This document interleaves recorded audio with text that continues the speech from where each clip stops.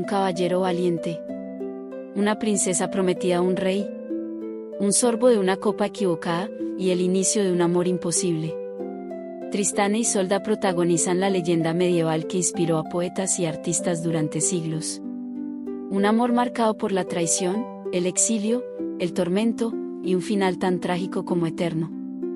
Desde las cortes de Bretaña hasta los bosques donde buscaron refugio, su historia nos habla de pasiones que desafían las leyes, de reyes traicionados y de un destino sellado por el dolor. ¿Como un filtro de amor pudo condenar a dos almas a la desgracia? ¿Y por qué su historia aún conmueve al mundo entero? Hoy, en Historias a la Carta, revivimos el drama de Tristán e Isolda, el amor condenado que desafió a reyes, y a la propia muerte. En una tierra asolada por la guerra y la ambición de los hombres, el destino de un niño quedó sellado antes de que pudiera abrir los ojos al mundo. Tristán nació entre el dolor y la tragedia. Su padre, el valiente caballero Rivalén, había muerto defendiendo su reino, sin saber que había dejado un heredero. Su madre, la hermosa Blancheflor, hermana del rey de Cornualles, recibió la noticia de la muerte de su esposo cuando aún llevaba en su vientre al hijo de ambos. Dicen que el llanto de Blancheflor no cesó durante días, que sus ojos perdieron el brillo antes incluso del nacimiento. En un castillo solitario, en lo alto de un acantilado azotado por el viento, Blancheflor trajo al mundo a su hijo. Y al mirarlo por primera y última vez, se quebró su corazón. Murió de tristeza, como una flor que se marchita al perder el sol. El niño quedó huérfano, solo en el mundo. Pero no abandonado. Uno de los más fieles caballeros de Rivalén, temiendo por la vida del pequeño, lo tomó en brazos esa misma noche. Sabía que los enemigos de su padre no dudarían en eliminar al último vestigio de su linaje. Así, bajo la luz de la luna, en un bosque cubierto de niebla y silencios rotos por el crujir de las ramas, el caballero llevó al niño lejos de la corte. Tristán fue criado en secreto, en tierras lejanas, rodeado de hombres leales y sabios. Creció fuerte, noble, generoso. Aprendió a blandir la espada, a tañer el arpa, a cazar y a recitar poemas. Pero en sus ojos siempre habitó una sombra de melancolía. Como si supiera, en lo profundo de su alma, que su vida no le pertenecía. Que el destino le tenía reservado un camino tan grandioso como trágico. El niño huérfano que un día fue llevado lejos por un caballero leal, regresó al fin a la tierra de sus ancestros. El joven Tristán, formado en la nobleza de espíritu y el arte de la guerra, se presentó ante el rey Marco de Cornualles, sin saber aún que era su propio sobrino. El rey Marco vio en ese caballero un reflejo de su propio linaje. Noble, valiente y justo, Tristán no tardó en ganarse el favor y el cariño del monarca. Lo nombró su caballero más fiel, su consejero, su sombra en las batallas y las celebraciones. Tristán no solo destacaba en el campo de guerra, era un hombre de palabra sabia y corazón generoso. Sus gestos de compasión hacia los pobres y su valentía frente a los enemigos lo convirtieron en leyenda en las tierras de Bretaña. Los bardos cantaban sus hazañas, el caballero que luchaba por el honor del rey, que en los torneos derrotaba a los campeones de reinos lejanos sin un atisbo de orgullo, que tocaba el arpa con tanta dulzura como blandía la espada con fiereza. Las cortes lo aclamaban, las doncellas suspiraban por su bondad y su gallardía. Pero Tristán, en su lealtad a Marco, jamás dio pie a la vanidad. Para él, solo existía el deber, el honor, y la devoción por aquel rey que lo había acogido como un hijo. Sin embargo, en lo más profundo de su alma, Tristán a veces sentía el peso de un vacío. Sabía que su linaje estaba manchado por la tragedia, que su vida estaba hecha de deudas al destino. Y el destino, en silencio, comenzaba a tejer la red que lo atraparía en el mayor conflicto de su existencia, un amor que lo enfrentaría al mismo rey al que había jurado servir hasta el último aliento. La paz de Cornualles pendía de un hilo. El rey Marco, presionado por alianzas y enemigos al acecho, necesitaba sellar un pacto que asegurara la estabilidad del reino. Y ese pacto tenía un nombre, Isolda, la princesa de Irlanda. Pero no cualquier hombre podía ir a reclamar la mano de la hija de un rey extranjero. Solo el caballero más valiente, noble y respetado podía representar a Cornualles. Ese hombre era Tristán. Así, el caballero zarpó hacia Irlanda, cruzando mares tempestuosos, entre cielos grises y olas que golpeaban su embarcación como augurio de las pruebas por venir. Al llegar a aquellas tierras, encontró un reino asolado por el terror. Un dragón monstruoso, surgido de las leyendas, devoraba cosechas, ganado y almas. El rey de Irlanda había prometido la mano de su hija al caballero que liberara al pueblo de aquella bestia. Tristán, sin dudarlo, tomó su espada y su escudo, y se adentró en el territorio del dragón. Cuentan que el combate fue feroz. El aliento ardiente de la bestia carbonizaba la tierra, sus garras podían partir en dos el tronco de un roble. Pero Tristán luchó con la fuerza de quien no teme a la muerte, y con la astucia de quien conoce que el valor no está en la fuerza, sino en el corazón. Al final, el dragón cayó bajo el filo de su espada. El pueblo lo aclamó como un héroe. Y así, sin buscarlo, Tristán ganó el derecho de reclamar la mano de Isolda para el rey Marco. El destino empezaba a jugar su trágica partida. El dragón yacía muerto. El pueblo de Irlanda celebraba la hazaña. Y el rey, agradecido, concedió a Tristán lo prometido, la mano de su hija Isolda, no para él, sino para el rey Marco de Cornualles. Tristán cumplía con su deber, pero en lo profundo de su ser comenzaba a agitarse un presentimiento que ni el honor ni la razón podían silenciar. Isolda, la princesa de cabellos rojizos y ojos de esmeralda, subió al barco que la llevaría hacia un destino marcado por alianzas y coronas. La travesía comenzó entre el murmullo de las olas y el crujir de la madera del navío. Y fue en ese espacio suspendido entre dos tierras donde las miradas de Tristán e Isolda se encontraron por primera vez. No hicieron falta palabras.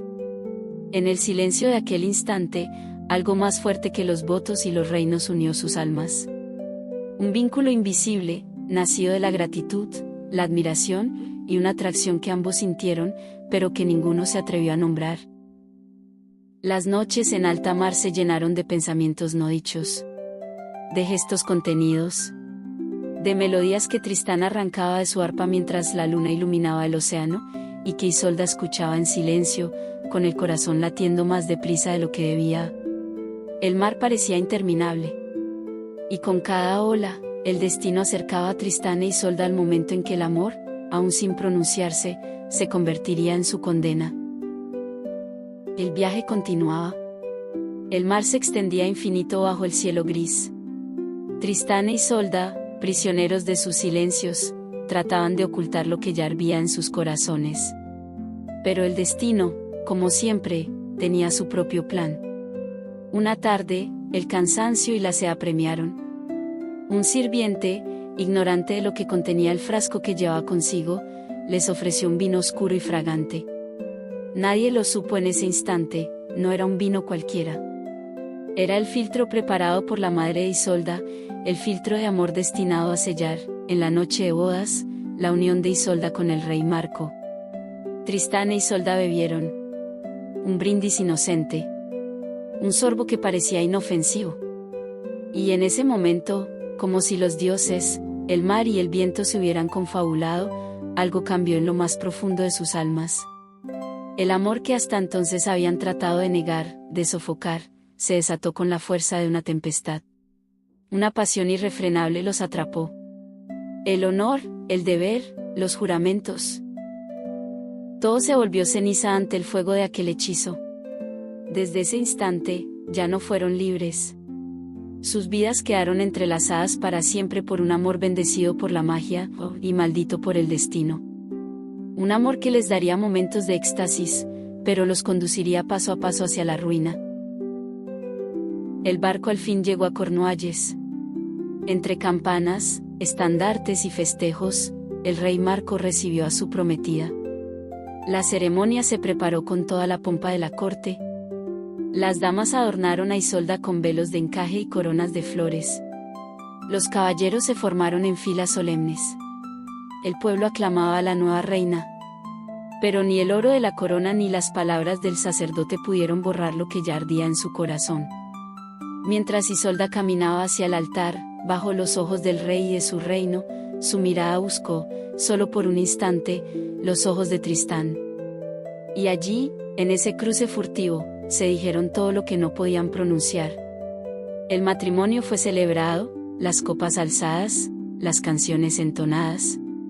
Pero para Isolda, la noche de bodas no trajo alegría. Aunque cumplió con su deber de reina, su alma permanecía encadenada a otro. Comenzaron así los días del tormento. Tristán e Isolda vivían en el mismo castillo, respiraban el mismo aire, se cruzaban en los pasillos, en los banquetes, en las salas donde la corte se reunía. Sus encuentros eran breves, robados al tiempo y al deber. Miradas fugaces entre columnas. Manos que se rozaban al pasar. Suspiros ahogados en la noche. Vivían presos de un amor que los exaltaba y los destruía. Y aunque el rey, por un tiempo, no sospechaba, el destino avanzaba, implacable, hacia el abismo. Los muros del castillo, que alguna vez guardaron el secreto de los amantes, no pudieron protegerlos para siempre. Los susurros de los sirvientes, las miradas cómplices, los rumores, todo llegó, como un veneno, a oídos del rey Marco. Una noche, guiado por la sospecha, el rey irrumpió en el jardín oculto donde Tristán e Isolda se encontraban en un último y desesperado intento por hablar del dolor que los consumía. Los encontró juntos. Ni la oscuridad de la noche ni las sombras de los árboles pudieron esconderlos. La ira de Marco fue devastadora. El rey se sintió traicionado no solo como esposo, sino como hombre que había amado a Tristán como a un hijo.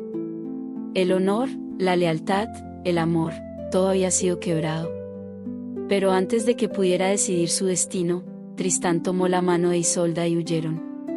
Cruzaron los muros del castillo, se adentraron en la noche, en los bosques espesos y antiguos donde solo los exiliados y los condenados buscan refugio.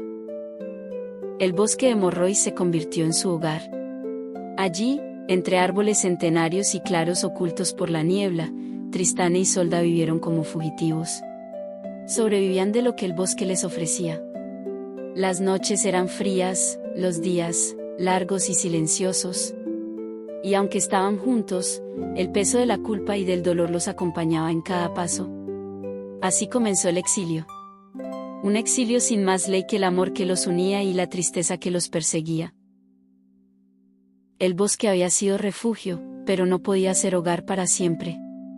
Las estaciones pasaban, y el rey Marco, atrapado entre la furia y el amor, comenzó a ceder al peso de sus recuerdos. Por mucho que la traición lo hubiera herido, no podía borrar de su corazón el cariño que sentía por Isolda ni el afecto que un día tuvo por Tristán. Los nobles del reino murmuraban, el pueblo preguntaba, y al final, el honor exigió una decisión. El rey Marco, movido más por el cansancio de la persecución que por el deseo de venganza, ofreció su perdón, al menos a Isolda. Así, la reina fue devuelta al castillo. El trono volvió a acogerla, y el pueblo aclamó su regreso. Pero en su pecho, Isolda sentía que su corazón había quedado en los bosques, donde el viento aún susurraba el nombre de Tristán. Tristán, por amor y respeto a ella, eligió el exilio. Dejó atrás los parajes que habían sido testigos de su pasión, y buscó servir a otros reyes, a otras causas, como si el honor pudiera calmar el dolor.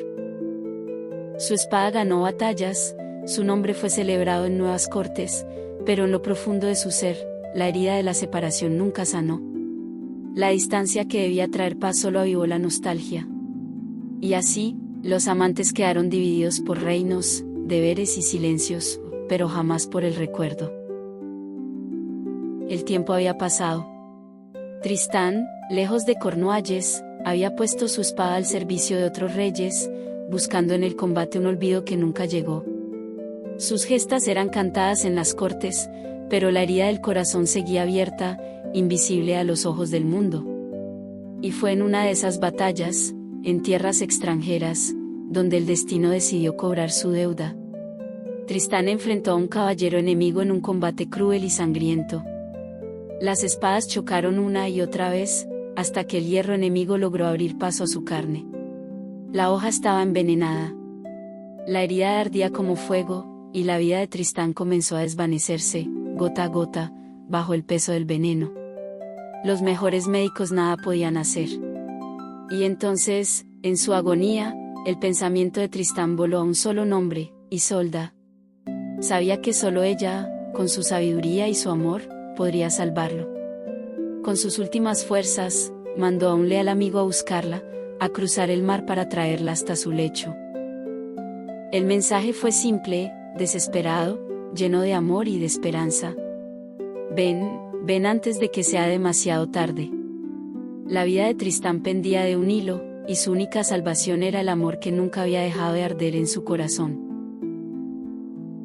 El mar, aquel mismo mar que un día había unido sus destinos, ahora parecía alzarse como un muro entre la vida y la muerte. Isolda navegaba desesperada, el corazón encogido de angustia, las manos temblorosas aferradas al borde de la nave. Cada ola, cada ráfaga de viento, cada instante que la alejaba del puerto parecía robarle un poco más de esperanza. Pero el destino, implacable, ya había escrito el final.